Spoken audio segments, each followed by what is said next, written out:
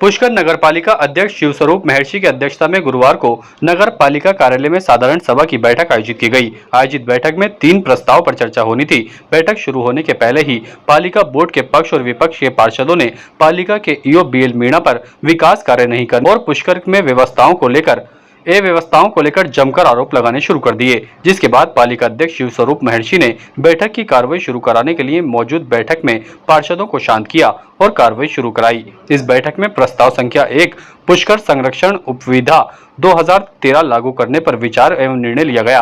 वहीं प्रस्ताव संख्या 2 में पुष्कर नगर पालिका क्षेत्र में आवारा घूम रहे जानवरों पर पाबंदी लगाने एवं उनके मालिकों पर कार्रवाई करने समेत विचार विमर्श किया गया। इसके अलावा प्रस्ताव संख्या 3 में पत्रकार कॉलोनी में शेष भूखंडों को वंचित पत्रकारों को आवंटित करने एवं बचे भूखंडों को नीलाम करने पर चर्चा एवं निर्णय लिया गया। वहीं बोर्ड के पार्षदों ने तीनों प्रस्तावों को ध्वनिमति के साथ पास किए। विपक्षी पार्षदों ने प्रस्तावों पर चर्चाएं करने पर जोरदार हंगामा किया, लेकिन विपक्षी पार्षदों की पालिका ईओ और अध्यक्ष ने एक नहीं सुनी और बैठक संपन्न करने के लिए राष्ट्रगान शुरू कर दिया।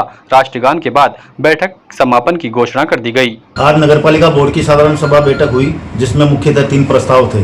प्रमुख प्रस्ताव था बावन घाटों की उपविधियां बनाने का, जिसके अंदर क्या होता है, हमारे तीर्थ पुरोहितों के काफ़ी झगड़ा होते थे। कई यात्रियों को रोकते थे, जूते जल के किनारे नहीं ले जाओ और जल के अंदर खाद्य सामग्री डालना ये सब मना है। उसके बावजूद भी पंडे लोग, हमारे तीर्थ पुरोहित लोगों के और इनके यात्रियों के काफ़ी उसमें मामले में झगड़े फसाद होते रहते हैं और कई बार पुलिस रिपोर्टें भी हमारे पंडों के खिलाफ हुई है।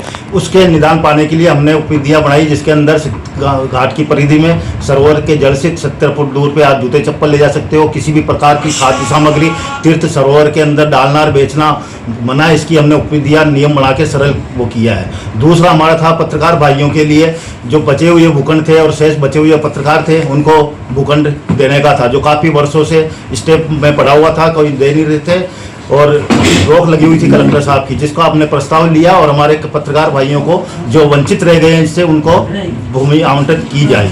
तीसरा प्रस्ताव हमारा था आवारा जानवरों का, जो हमारा जानवर नगर के अंदर विचरण करते हैं और उनको हम पकड़ के ले जाते हैं तो कई बार ऑब्जेक्शन भी होता है, लड़ाई झगड़ा भी होता है। उसके लिए हमने उपनियम बनाए कि जो भी हमारा जानवर होंगे उनको अब हम पकड़ करके सीधे हमारी गौशाला उसके अंदर डालेंगे, कांजी हाउस के अंदर, और कांजी हाउस में जिसके मालिक उनको निकालेंगे तो उनके ऊपर 500 रुपये जुर्माना फर्स्ट बार में लेंगे और सेकेंड बार में अगर वो भी गाय आई तो उसका ज़्यादा जुर्माना लगेगा। ये हमने उपनियम की उपविधियाँ बढ़ाई है। आज 3 एजेंडे थे बोर्ड की बैठक में। 2 उपविधियां जो है नगरपालिका क्षेत्र में लागू करी गई है। एक तो पुष्कर सरोवर के संरक्षण के लिए उपविधियां बनाई है ताकि सरोवर की जो पवित्रता और स्वच्छता जो है बनी रहे और पुष्कर जो पूरा नगरपालिका क्षेत्र है उसमें पवित्र और स्वच्छ वातावरण बना रहे, उसके लिए ये तीर्थ संरक्षण उपविधियां 2023 है जिनका अनुमोदन हो चुका है। दूसरा रखा है कि जो पशुओं को लोग जो पालते हैं अपने घरों में, तो वो उसके लिए लाइसेंस के लिए उपविधियां थी पशुओं को रखने के लिए, जिसके माध्यम से पशुओं को रखने के लिए लाइसेंस भी लेना पड़ेगा। दूसरा साथ ही आवारा पशु जो अगर मिलते हैं पब्लिक प्लेसेस पे तो उन पे जुर्माने की कार्रवाई जो है और जुर्माना राशि का निर्धारण भी उसमें किया गया है। तीसरा जो पत्रकार कॉलोनी में जो भूखंड थे उन भूखंडों के निस्तारण पर विचार किया गया है, जिसमें ये निर्णय लिया है बोर्ड ने कि उनमें पत्रकारों के लिए को आमंत्रित किया जाए उसमें आवेदन करने के लिए, और जो फिर बाद में पत्रकारों के अलॉटमेंट के बाद भूखंड बचते हैं तो उनका ऑक्शन करने। पत्रकारों को भूखंड आवंटन की प्रक्रिया में क्या स्थानीय पत्रकारों को लेकर कुछ सोचा है? यहाँ बोर्ड ने ये निर्णय लिया है कि स्थानीय पत्रकारों को उसमें वरीयता दी जाए, तो उसमें जो भी नियमानुसार जो सरकार की पॉलिसी है उसके अकॉर्डिंग जो है कार्रवाई प्रस्तावित कर दी जाएगी। सर, ये पुष्कर तीर्थ सरोवर के नियम ये कब से लागू हो जाएंगे? ये अभी बजट में नोटिफाई होते ही लागू हो जाएंगे। तो ऐसे अभी नोटिफाई करवा देंगे, बजट में नोटिफाई होते ही कब तक चालू हो सकता है? हमारी कोशिश तो ये है कि इनको कल ही नोटिफाई करवाएंगे। जी सर, तो जैसे नोटिफाई हो जाएंगे 1-2 दिन में, ज़्यादा से ज़्यादा सप्ताह भर के अंदर ही लागू। ये बोर्ड मीटिंग हुई है, इससे पहले जितनी भी बोर्ड मीटिंग हुई थी वो बजट से संबंधित हुई थी। आज पहली बार कोई 3 एजेंडे, वो भी एक पुष्कर संरक्षण उपविधियों के संबंध में थे, तो उसके अंदर हमको भी कोई एतराज़ नहीं है, तो वो बहुमत से उन्होंने पास भी कर दिए।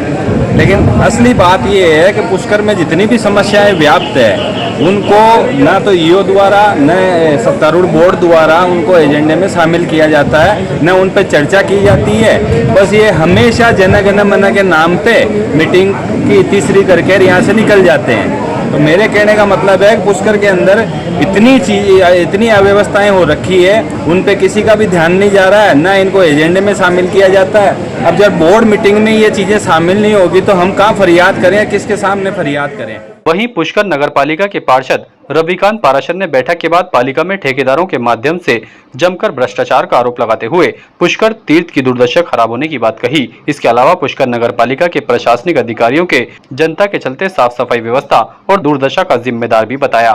Status king of gent suits, full gent suits, न्यूनतम किराए पर डिजाइनर एक्सक्लूसिव शेरवानियां। Status designer touch by Lalit, Anasagar झील चौपाटी के सामने, अजमेर। ताजा खबरों के लिए देखते रहें सरेराह न्यूज। अपना फोन उठाएं और सब्सक्राइब करना ना भूलें।